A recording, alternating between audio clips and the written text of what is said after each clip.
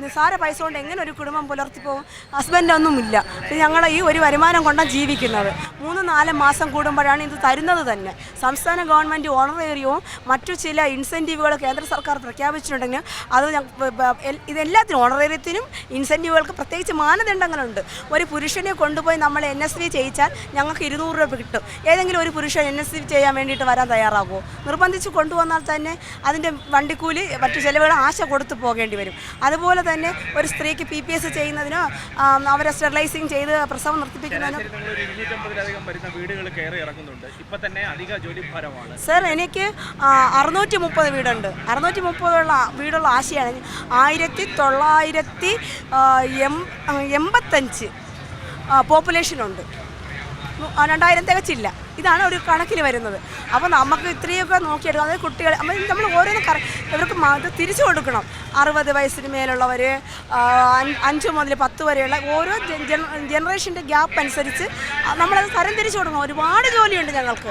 എല്ലാം തരംതിരിച്ച് ഞങ്ങൾ അവരവരൊപ്പം ചോദിക്കുമ്പോൾ കൊടുക്കുന്നത്. ഇത്രയേറെ പണിയെടുപ്പിക്കുന്ന ഞങ്ങൾക്ക് ലീവില്ല.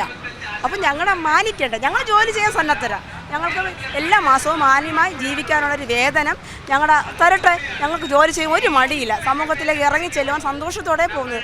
ഇവർ ഈ ആനുകൂല്യങ്ങൾ മുടക്കുമ്പോഴൊക്കെ ഞങ്ങൾ പൊതുസമൂഹത്തിന് സേവനം കൊടുക്കുന്നു. സർ, ഇത് ഞങ്ങൾ ആരും കുത്തിയിളക്കി തന്നു വിടേണ്ട ആവശ്യമില്ല സർ. ഞങ്ങൾ നല്ല ബോധത്തോടെ ആരോഗ്യ പ്രവർത്തനത്തിന് വന്നവരാണ്. അവർ പണ്ട് ആരോഗ്യ പ്രവർത്തകരായ ആശാ വർക്കർമാരെ നിയമിക്കുന്ന സമയത്ത് 8ാം ക്ലാസ് പാസ്സായവരും കല്യാണം കഴിഞ്ഞ് 25-30 വയസ്സിന് മേലുള്ളവരെയാണ് ഉദ്ദേശിച്ചിരുന്നത്. പക്ഷേ ഇന്ന് ഞങ്ങളുടെ കൂട്ടത്തിൽ PGയും ഡിഗ്രിയും BEdും എടുത്ത ആശമാരുണ്ട്. അപ്പോൾ ഞങ്ങൾ കുത്തിയിളക്കേണ്ട ആവശ്യം എന്താ? ഞങ്ങൾ ഈ ബുദ്ധിയുള്ളവരല്ലേ. ഞങ്ങളെ ബുദ്ധിയില്ലെങ്കിൽ ഞങ്ങൾ എങ്ങനെയാണ് ഈ വാക്സിനേഷൻ കാര്യങ്ങളും മറ്റു ആരോഗ്യ കാര്യങ്ങളൊക്കെ ജനങ്ങൾക്ക് പറഞ്ഞു കൊടുക്കും? അപ്പോൾ ഞങ്ങളെ ചിന്താശേഷി ഇല്ലാത്തവരെന്ന് അധിക്ഷേപിക്കുകയല്ലേ ചെയ്തത്? ഈ വാക്കുകൾ പിൻവലിക്കണം. പിന്നെ ആരോഗ്യമന്ത്രി പറഞ്ഞത് ഞങ്ങളുടെ അനാവശ്യ സമരം. മാഡത്തിന് അനാവശ്യ സമരമായിരിക്കും, പക്ഷേ എന്നെ പോലുള്ള ആശമാർക്ക് ഇത് അതിജീവനത്തിൻ്റെ സമരമാണ്. കഞ്ഞിയുടെ പ്രശ്നമാണ്, ഞങ്ങൾക്കുള്ള നിത്യവൃത്തിയുടെ പ്രശ്നമാണ്. അത് വാങ്ങിത്തരേണ്ട ഉത്തരവാദിത്വം ബഹുമാനപ്പെട്ട ആരോഗ്യമന്ത്രിക്കാണുള്ളത്.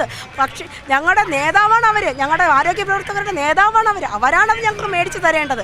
അല്ലാതെ ഞങ്ങളിവിടെ രാപ്പകലിട്ട് വെയിലും കൊള്ളിച്ച് രാത്രിയിൽ കൊതുകടിയും കൊണ്ട് ഈ തെരുവിൽ കിടത്തേണ്ട ഉത്തരവാദിത്വമല്ല അവർക്ക്. അവർ പറയണമായിരുന്നു, എൻ്റെ കീഴിൽ പണിയെടുക്കുന്ന അടിസ്ഥാന വർഗത്തിന് ശമ്പളം കൊടുത്തിരുന്നെങ്കിൽ ഞാൻ മേടിക്കുന്നില്ല എന്ന് പറഞ്ഞിരുന്നു ഞങ്ങളെ മുമ്പിൽ വന്നിരുന്നെങ്കിൽ ഞങ്ങൾ പോകുമായിരുന്നു.